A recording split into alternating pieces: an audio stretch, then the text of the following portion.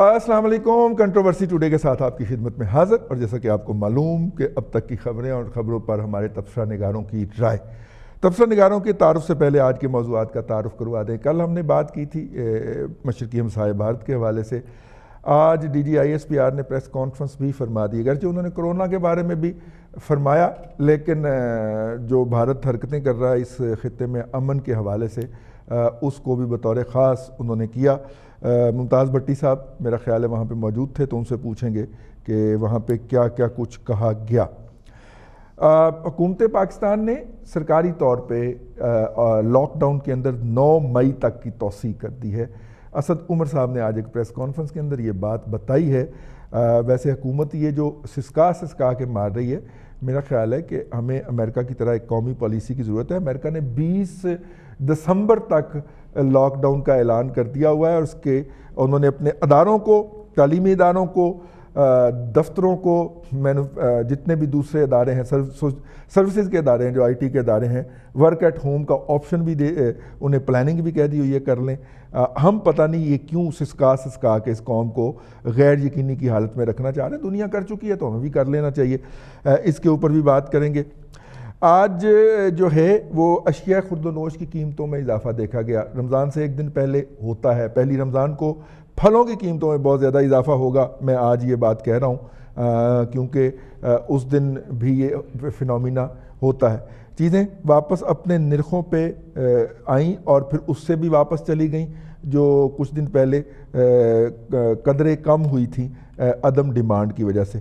Panic buying دیکھنے میں آئی، اور این اس پینک بائنگ کے ایکسٹریم کے اندر PTI کی حکومت ہو اور کوئی کام سیدھے صبح ہو جائے. این اس پینک کے پیک کے آرز کے اندر یوٹیلٹی اسٹور کارپوریشن نے اپنا آپریشن بند کر کے اپنے شٹر نیچے گرا دیے، اور انہوں نے کہا کہ جی ہماری یونین جو تھی اس کے MD صاحب سے مذاکرات جو ہیں ناکام ہو گئے. وہی MD صاحب جن کا کانفلکٹ آف بزنس ہے نا، MD ہیں یا وہ کوئی اور ہیں، وہ بھٹی صاحب سے پوچھیں گے.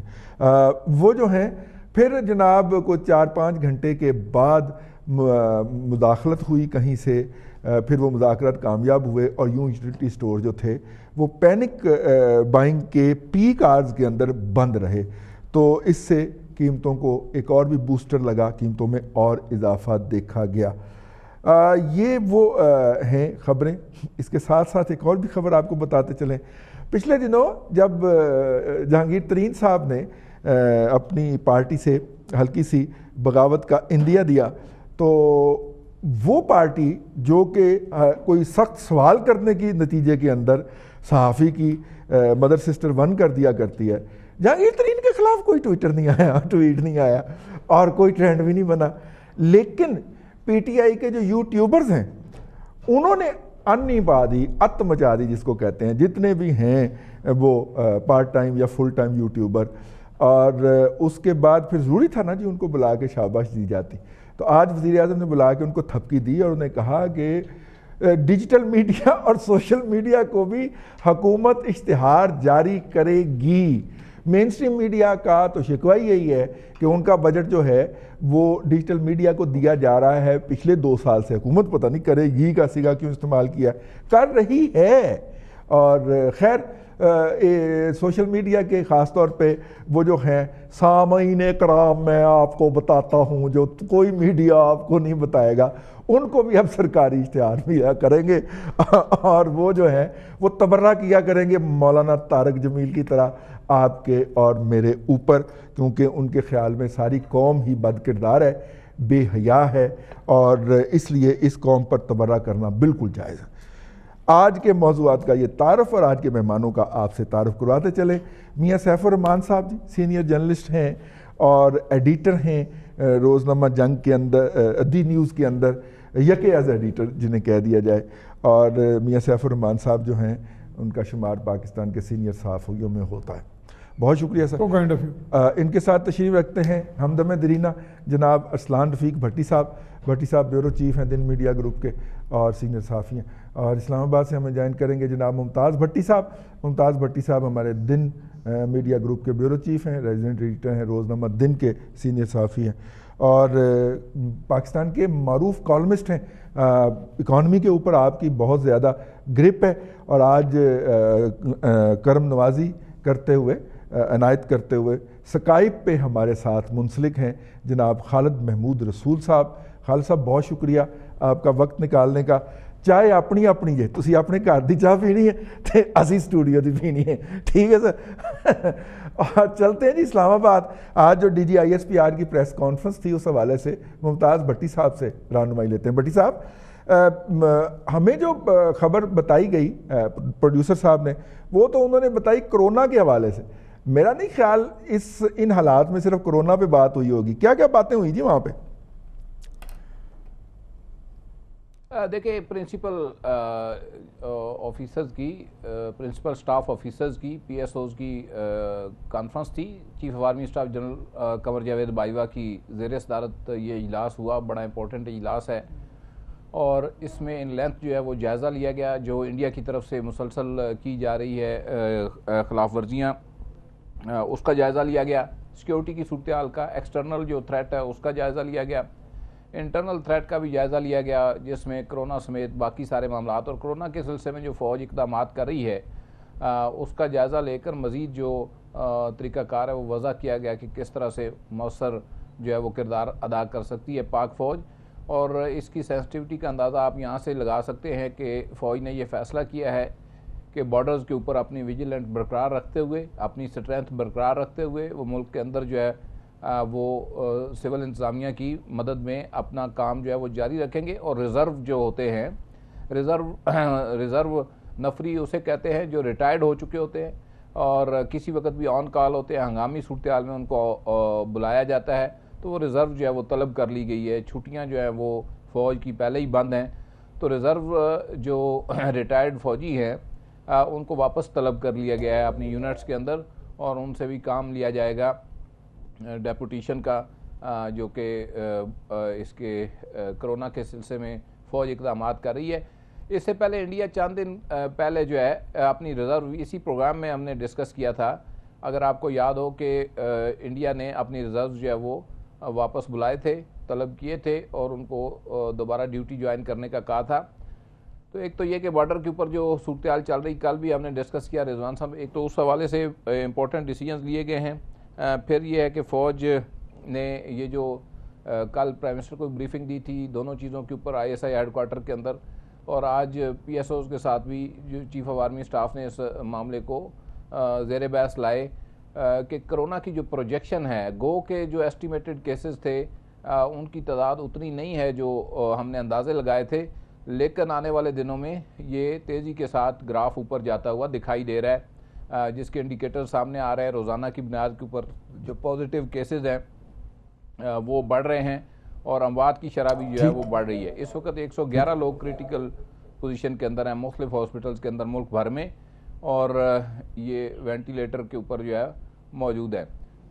تو یہ صورتحال ہے رضوان راضی صاحب۔ آج اس سارے کا جائزہ لیا گیا، پھر D G I S P R نے اس کے اندر لیے گئے ڈیسیجنز جو ہے وہ اناؤنس کیے، جو کہ ہم صاحب نے سنے۔ امپورٹنٹ بات جو اس میں سب سے اہم ہے کہ ریزرو کال کر لی گئی ہے، جو ریٹائرڈ فوجی تھے ان کو واپس بلایا گیا ہے، ان کو اپنی اپنی ڈیوٹی جو ہے وہ جوائن کریں گے۔ اب یہ دیکھنا ہوگا کہ ان کو سیٹلڈ ایریا کے اندر امدادی کاموں میں جو ہے وہ استعمال کیا جاتا ہے، کیونکہ پہلے سے جو نفری بارڈر کے اوپر ہے وہ تو جو صورتحال ہے اس کے پیش نظر اس کو وہاں سے وڈرا نہیں کیا جا سکتا، شاید بڑھانی پڑے۔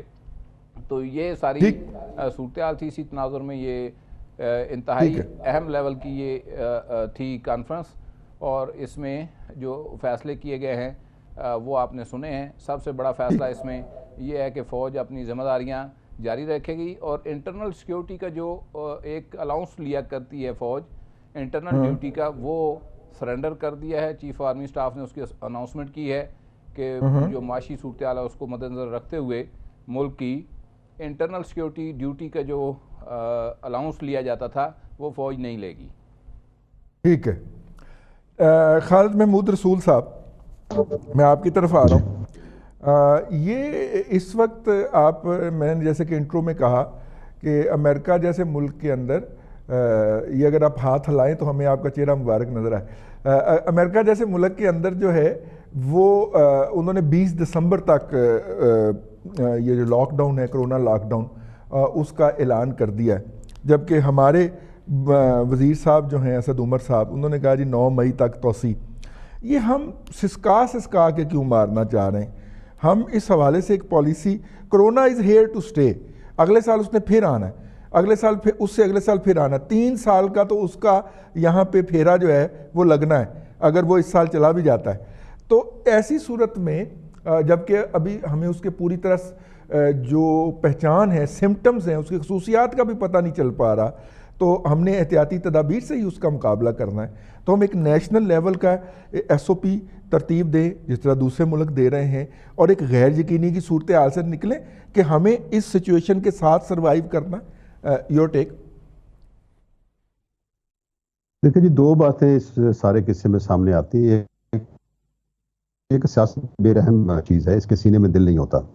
اب ایک طرف تو یہ ہے کہ وفاقی حکومت میں بیٹھے ہوئے حکومت کسی قسم کا کوئی اچھا کام کرنے کی کوشش کرتی ہے، لوگ اس کی توصیف کرتے ہیں اور لوگ محسوس کرتے ہیں کہ ان کے جو اقدامات ہیں، لاک ڈاؤن باقی اقدامات درست ہیں۔ تو آپ یہ دیکھ رہے ہیں کہ شام کو وہ تماشا شروع ہو جاتا ہے لاک ڈاؤن پہ، اور ایسے آپ کو پھر فکریں سننے کو ملتے ہیں۔ اب یہ ہے کہ وزیر اعظم صاحب خود جو ہے نا، وہ پچھلے دنوں پریس کانفرنس میں فرما رہے تھے کہ جو انہیں بڑی تکلیف ہوتی ہے کہ کرونا کے اوپر دوسرے شام کو سیاست کرنے بیٹھ جاتے ہیں۔ تو میرا خیال ہے کہ اس حمام میں وہ اور ان کے وزراء جو ہیں وہ بھی یہی کام کرتے ہیں شام کو، اور دوسرے بھی یہ کرتے ہیں۔ اب دوسرا یہ ہے کہ جو پی ٹی آئی کی حکومت ہے، ایک تو یہ ہے کہ وہ اس عالم میں بھی، اس کیوس میں بھی، ان کے جو خاص طور پہ کراچی بیسڈ وزراء ہیں وہ اپنی سیاست سے باز نہیں آ رہے، اور وہ پوائنٹ سکورنگ اور بلیم گیمنگ سے آپ دیکھیں کہ کسی دن بھی پیچھے نہیں ہٹے، اور شام کو جو ان کی گفتگو ہوتی ہے وہ اپنی ہی ایک صوبائی حکومت کے بارے میں انتہائی تند و تیز بیانات ہوتے ہیں۔ لگتا نہیں ہے کہ ہم ایک ایمرجنسی کی حالت میں ہیں۔ اب اس کے بعد as far as the P T I federal government is concern, آپ ہی کے پچھلے پروگرام میں نے گزارش کی تھی کہ لگ یہ رہا ہے کہ وزیر اعظم عمران خان صاحب اور ان کی ٹیم جو ہے نا، وہ ان میں ذہنی یکسوئی نہیں ہے۔ وہ جو کام کر رہے ہیں وہ پیچ ورک میں کر رہے ہیں۔ انہیں کرونا کی خوف، اس کی تباہ کاریوں کا بھی اندازہ ہے، سائملٹینیسلی انہیں اس چیز کا بھی اندازہ ہے کہ لوگ جب گھر بیٹھیں گے تو ہمارے ہاں کیونکہ اس قسم کے سوشل سیفٹی نیٹس نہیں ہیں، تو وہ بھوک کی وجہ سے، لاس آف لائیولیہڈ اور روزگار کی وجہ سے اس کا جو بلو بیک آئے گا، اس کا ہم کیا کریں گے؟ نتیجہ یہ ہے کہ ہم آدھا تیتر آدھا بٹیر لے کے چل رہے ہیں، جو کہ زیادہ خطرناک ہے۔ اور آج جو انہوں نے بتایا کہ جی 9 مئی تک لاک ڈاؤن، تو پہلے تو آپ اس لاک ڈاؤن کو ڈیفائن کر لیجئے۔ آپ نے بھی لاہور کی مارکیٹس کا چکر لگایا، بھٹی صاحب نے پنڈی اسلام آباد دیکھا، باقی لوگوں نے بھی سارے میڈیا رپورٹس دیکھی۔ آپ مارکیٹس میں چلے جائیے، عام پبلک جو ہے وہ اتنی غیر ذمہ داری کا مظاہرہ کر رہی ہے، اچھے خاصے جو بڑے سٹورز ہیں وہاں بھی، اور اس کے علاوہ جو دوسری دکانوں میں بھی، آپ چنگچی رکشہ تک دیکھ لیں، اسی طرح 6 سواریاں جو بھری ہوئی ہیں، پولیس والے بیچارے ناکوں پہ روک رہے ہیں۔ تو اس میں عوام بھی اتنی ہی غیر ذمہ داری کا مظاہرہ کر رہے ہیں، اور پی ٹی آئی کی فیڈرل حکومت جو ہے وہ یہ فیصلہ ہی نہیں کر پا رہی کہ ہمیں ایک ہی دفعہ ایک سخت فیصلہ کر لینا چاہیے۔ اب یہ جو لاک ڈاؤن ہے، اسے میرے خیال میں لاک ڈاؤن کہنا بھی مناسب نہیں ہے، اس کے لیے کچھ اور نام ہو جانا چاہیے۔ اب they have brought another thing کہ جی ہم سمارٹ لاک ڈاؤن کرنے جائیں گے۔ یس دیٹ میک سینس، اگر آپ کے پاس ایسی ٹیسٹنگ فیسلٹیز ہیں، ان ایریاز کو آپ کوارنٹائن کر سکتے ہیں، اور وہاں ایک لمیٹڈ آپ کاروبار کی ایکٹیویٹیز کی اجازت دے سکتی ہیں تو ضرور کریں۔ لیکن ہمارے پاس بنیادی طور پہ اس ہائیسٹ لیول کے اوپر کلیئرٹی آف مائنڈ اور یکسوئی ابھی تک نظر نہیں آئی۔ کچھ انڈسٹریز کو آپ نے اجازتیں بھی دے دی ہوئی ہیں، جن کو اجازتیں دے دی ہیں انہوں نے لوگوں نے آنا جانا بھی ہے، مارکیٹس بھی آپ نے کھلی کی ہوئی ہیں۔ اور مجھے تو سب سے زیادہ افسوس یہ ہے کہ حکومت کی جو اپنی یکسوئی ہے اور جو اپنی کلیئرٹی آف مائنڈ ہے، اس کے اوپر تو چلو سوالیہ نشان ہیں سو ہیں، میڈیا میں اتنی وائڈر پبلشنگ کے باوجود بار بار لوگوں کو سمجھانے، بتانے، کرنے کے باوجود جو ہماری عام پبلک ہے وہ بھی اس کی جو خطرناکی ہے اس کو محسوس نہیں کر رہے، اور عام بندہ احتیاط نہیں کر رہا۔ ایسے میں فیڈرل گورنمنٹ کو ایک کیٹیگوریکلی کلیئر میسج دینا چاہیے۔ اس وقت زندگی اور موت کے درمیان مسئلہ ہے، بھوک اور زندگی کے درمیان مسئلہ ہے، اسی وقت لیڈرشپ کا ایک امتحان ہے، اور انہیں ایک فرم ڈیسیشن لینا چاہیے۔ انفارچونیٹلی سب سے زیادہ کنفیوز سگنل جو ہے نا وہ ہمارے اسلام آباد سے اب تک آئے ہیں۔ بالکل ٹھیک ہے۔ اچھا، ان کنفیوزنگ سگنل کے لیے ظاہر ہے کہ پاکستان کے ادارے بھی سرگرم ہیں، اور آپ نے فرمایا کہ حکومت اس حوالے سے ذمہ داری کا مظاہرہ نہیں کر رہی، اور میرا بھی یہی تاثر ہے کہ جس ذمہ داری کا مظاہرہ ہونا چاہیے اس ذمہ داری کا مظاہرہ نہیں ہو رہا، اور وزیر اعظم کے غیر منتخب جو ایڈوائزر اور ترجمانان کی ایک فوج ظفر موج ہے، وہ اس کو پیٹرول ڈال کے بجھانا چاہتی ہے۔